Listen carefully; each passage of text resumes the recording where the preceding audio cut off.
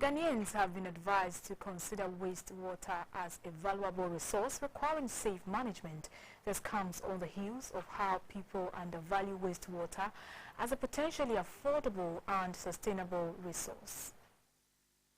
Wastewater is water that has been used in homes and businesses in ways that negatively impact its quality with high concentrations of pollutants. Wastewater is largely made up of human waste, oils, grease, chemicals, dirt and soaps from sinks, showers, washing machines and effluent from industries, commercial businesses and institutions. Wastewater management in the country has been neglected over the years.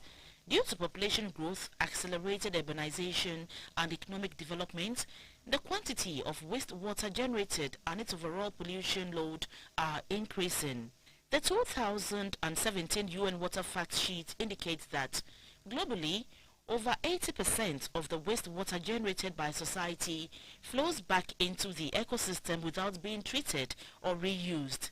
It is also estimated that 1.8 billion people use a source of drinking water contaminated with fecal matter, putting them at risk of contracting diseases such as cholera, dysentery and typhoid fever.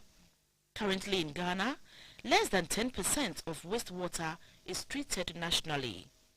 A large proportion of it is discharged directly into the closest surface water drain or informal drainage channel without or with little treatment.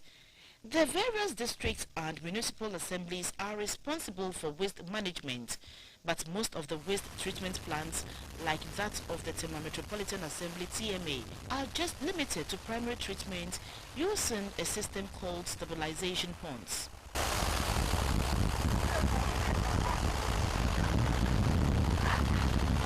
Here, the fecal sludge undergoes biological treatment. Fecal sludge is a mixture of human excreta, more or less decomposed, and anal cleaning materials like tissue paper. The partially treated waste is discharged into the Sakumono Lagoon. This practice has dire consequences on the ecosystem and pose a health risk to the surrounding communities. These are stabilization ponds that uses purely biological means of treatment, where the effluent, after discharging into a particular pond, will go in series from pond to pond, and by so doing, using the sun's rays and other microorganisms that are within the effluent, it will treat it biologically, and the effluent is supposed to come out to meet the discharge limits. But currently, our ponds are a bit challenged. So you see that the residence time that is supposed to be achieved before we get the required treatment, we are not getting.